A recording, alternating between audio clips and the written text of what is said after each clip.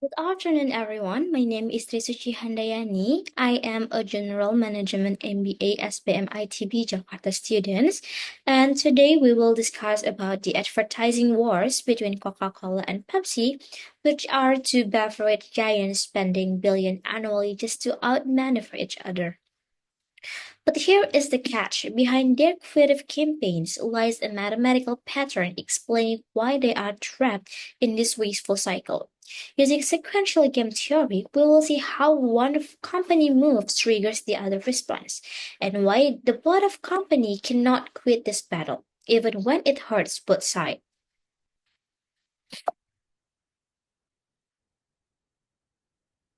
The soft drink industry is actually a textbook oligopoly, which is a market controlled by a handful of giants.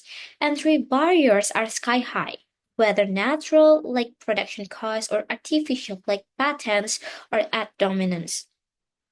Coca-Cola and Pepsi collectively hold over 70% of the market, making them deeply interdependent. Every Coca-Cola product launches forces a Pepsi countermove, and every Pepsi ad budget high demands a Coca-Cola response. This is not a normal competition. It's a chess match where every move must be calculated. Now let's take a look at how this oligopoly plays out in real ads.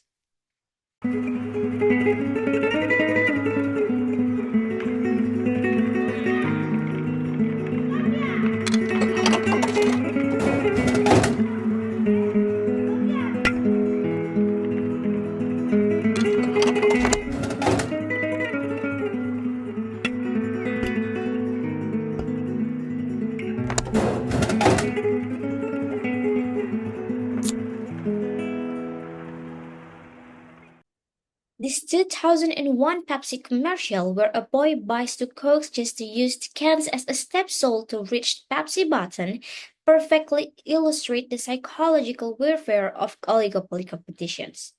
This ad cleverly positions Coca-Cola as the default choice, so common it becomes its mere infrastructures, while framing Pepsi as the aspirational alternative worth extra effort.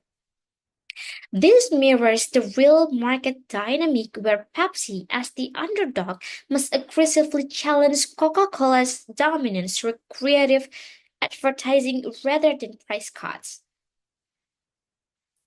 The boys' willingness to waste money on unwanted Coca-Cola symbolizes how oligopoly competitions often leads to inefficient outcomes, resources spent neutralizing rivals rather than improving products. Most importantly, the ads only works because consumers instantly recognize both brands, demonstrating the extreme market concentrations we see in the next slides, which is 70% dominance. It's a humorous but a revealing example of how Coca-Cola and Pepsi rivalry plays out in their marketing strategies. In the US alone, the soda market is actually worth 74 billion annually. Coca-Cola controls 40%, while Pepsi controls 30%, and the rest is split among smaller brands like Dr. Pepper or Nestle. This imbalance fuels their ad wars. In a saturated market with limited growth, these giants company cannot attract new customers. They must steal from each other. That was one of the reasons why their ads never stopped, because a 1% of market share swing could mean hundreds of millions in revenue.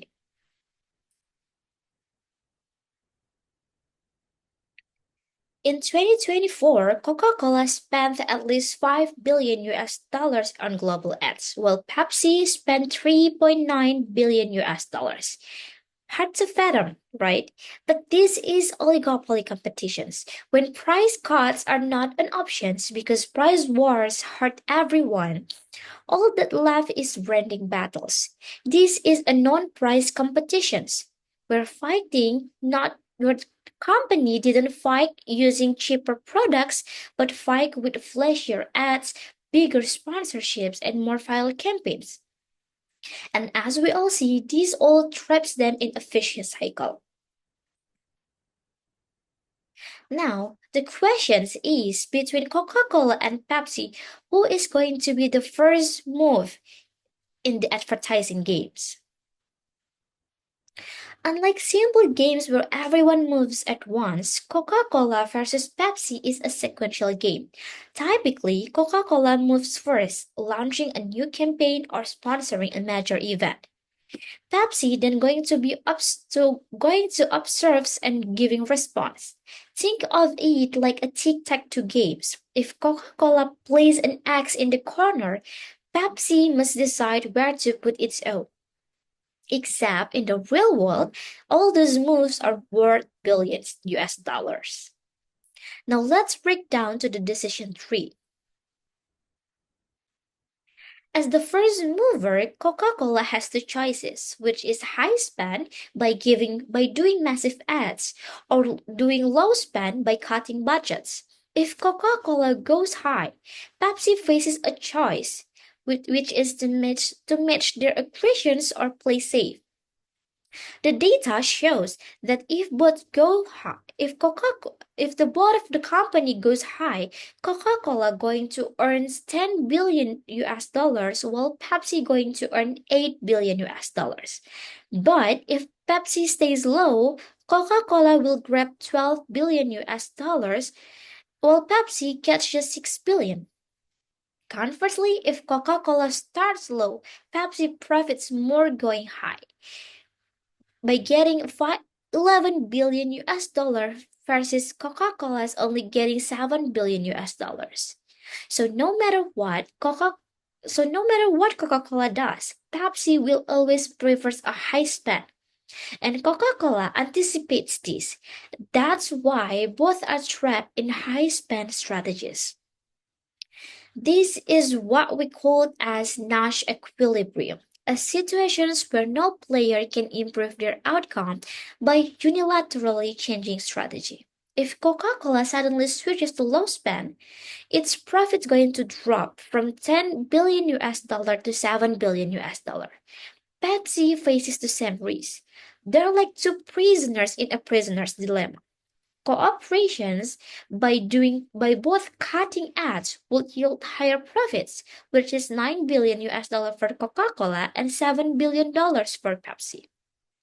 But this trust drives them to attack each other. The result? Both issues. Both will going to lose in this case. Now let's break down what this all means. The first one is we see both Coca-Cola and Pepsi log into spending aggressively on advertising. This isn't because they want to, but because they have to. If either company tries to cut back alone, they lose big. Imagine Pepsi suddenly slashing its budget while Coca-Cola keeps spending. Pepsi would watch its profit drop as Coca-Cola dominates all the store shelves and commercials. The same goes if Coca-Cola tries to scale back while Pepsi stay aggressive. So they are stuck in this expensive stalemate, mirroring what game theory calls a Nash equilibrium, where neither player can improve their position by changing strategy alone. Now here is the kicker. This arms race is actually wasteful. If they could somehow cooperate and both reduce spending, Coca-Cola could make 9 billion US dollar profit and Pepsi will get 7 billion US dollar, totaling 16 billion together. But because they are rivals who do not trust each other, they end up with combined profit of just 15 billion US dollar. That missing 1 billion US dollars, that is the price of their rivalry. Money literally burned on competing Super Bowl ads, celebrity endorsement, and billboards that cancel each other's out. Worse yet, this spending war does not just hurt them, it distorts the entire market. Those billion in ads act like a toll booth for newcomers. Now think about it. How can a smaller soda brand possibly compete when the entry fee is spent at least 3 billion US dollar or nobody sees you?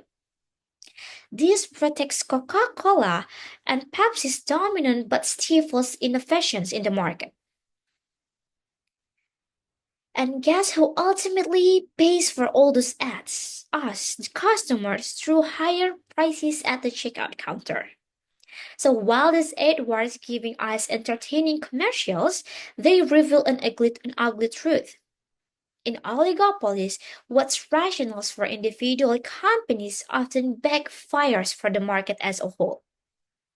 The system rewards the advance over innovations, and that's a lose-lose scenario we're all funding with every soda we buy. This concludes my analysis of the Coca-Cola and Pepsi advertising rivalry through the framework of sequential game theory. While I have three for rigor and clarity, I fully acknowledge that this work may have limitations and its methodology or interpretations. Thank you for your valuable time and attentions. I would be very honored to receive your insight and suggestion for improving this analysis. Thank you so much.